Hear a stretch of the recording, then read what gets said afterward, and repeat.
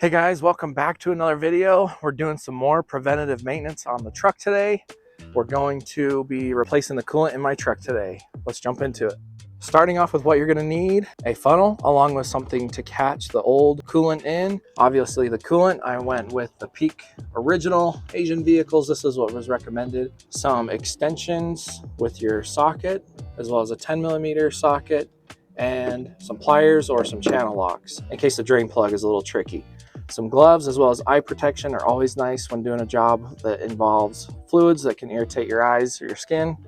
Now that we know what tools we're going to need, let's go ahead and jump in why we're doing this. Over time, the coolant in your vehicle can become corrosive and stop doing what it needs to do to cool down the truck or the vehicle. I've got a 10-year-old truck. It's just good to get this done. So let's go ahead and jump into it. We're actually going to jump down to the bottom of my truck, as well as loosen up our radiator cap. So like I said, we're going to loosen up our radiator cap right here. If your truck is warm or hot, be super careful when removing this. It can pop off or explode or splash a bunch of coolant everywhere.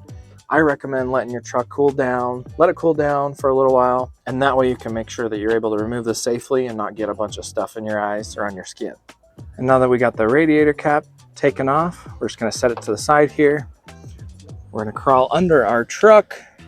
I still have my skid plate, so there are 4 bolts, 1, 2, 3, 4. There's 2 in the back, 2 in the front. Comment down below if you still have your skid plate. We're going to get this thing removed, and that's going to give us access to a drain plug up here for the radiator. Now that we got that thing out of the way, under the truck here, this is on the driver's side. There's the drain. There's the plug. We're going to loosen this bad boy, and the old coolant is going to start coming out of here. All right, so that is pretty stubborn. I grabbed my channel locks here, and we're just going to loosen this up, and we're going to let it drain. Now, additionally, you could get some 5/16 inside diameter tubing. Put that tubing on the drain part and let it drain through the tubing. I didn't have any available. I didn't have time to grab any, so I'm just letting it drain just like that. Now what we're going to do is jump back into the engine bay. We're going to find our reservoir, which is just right there. Grab some pliers, and right in there, we're going to use those pliers to take care of this ring, this hose ring, and drain our reservoir. Get the antifreeze that's in our reservoir and drain it here. We're just going to grab a cup or something to place right here to catch all that. So let's go ahead and get our reservoir while our radiator is draining. I just grabbed a water bottle. I just grabbed some needle nose. You got to be quick with that. So I grabbed some needle nose that was a little bit better to get that hose clamp off. You take this plug off of there just like that, and then with your cup or your water bottle, whatever, to catch the rest of that antifreeze. You can see in the background, we're still waiting for the radiator to drain all the way. Once it's finished up, we're going to put our radiator cap back on, make sure all the caps are back on, make sure the drain plug is tightened, and then get the coolant out of our engine block. And I'm going to show you how to get that done. All right, so at this point, we've drained our radiator, we've drained our reservoir. Now that we got all the coolant out of there in the radiator, we're going to put our caps back on just to keep these covered up while we go ahead and drain our block. Now there's a couple spots to look for the drain points down here. I'll crawl into the truck, we'll show you, get the best thing I can, and get this drained. Starting on the driver's side, here's the driver's side tire. Over your upper control arm, it's going to be right in there. Here's a better angle, looking over your upper control arm, and in front of the starter, sort of right there, is our next drain. So there's a brass drain plug, we could call it. We're going to loosen that up, and then it's going to come out of that lower spout right there.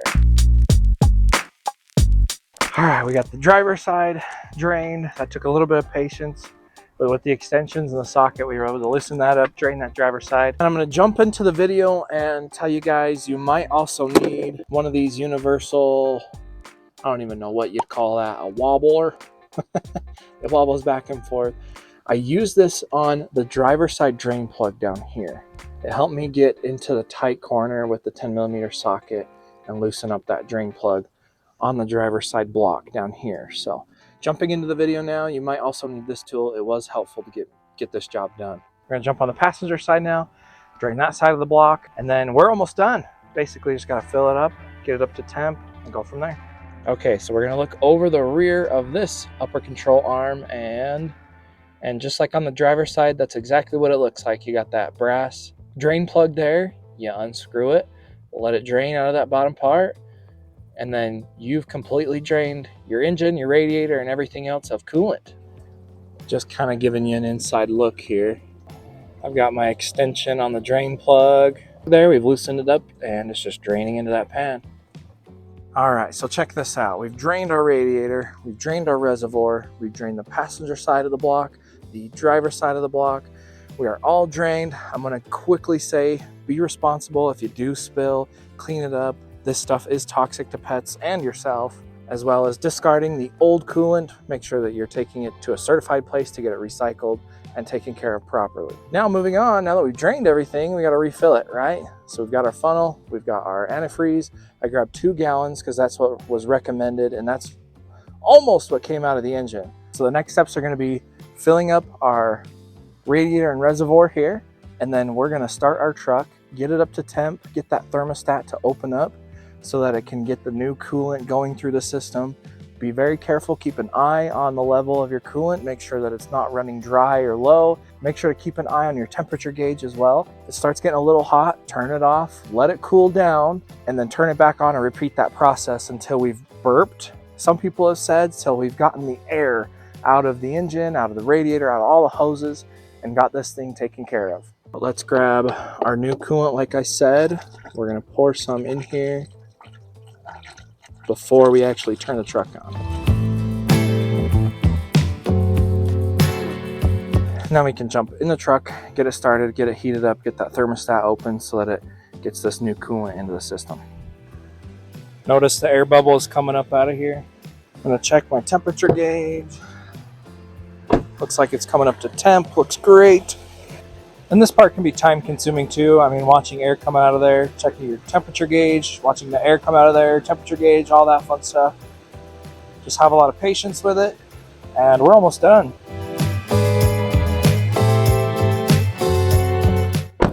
Okay, so we turned the truck off. It came up to temperature really well, got that thermostat open, sucked down basically all the antifreeze, all the coolant. I had a little bit left over out of the 2 gallons, but that is it. Once you got everything drained, fill it back up, get it up to temperature, make sure it sucks everything down and you got the right amount back in there. I'm gonna take my truck for a little bit of a drive, and then I'm gonna park, wait for it to cool down just a little bit so it doesn't explode, you know, coming out of the radiator cap. And if it's a little low, fill it up and go from there. We have new coolant in my truck. This has been super easy, super fun, a little time consuming to wait for it to drain and then to wait for it to fill up, all that fun stuff. But nonetheless, it's fun working on the truck, being self-reliant, doing it yourself, right? I hope you guys found this video helpful. If you did, comment down below, like and subscribe. We'll see you in the next one.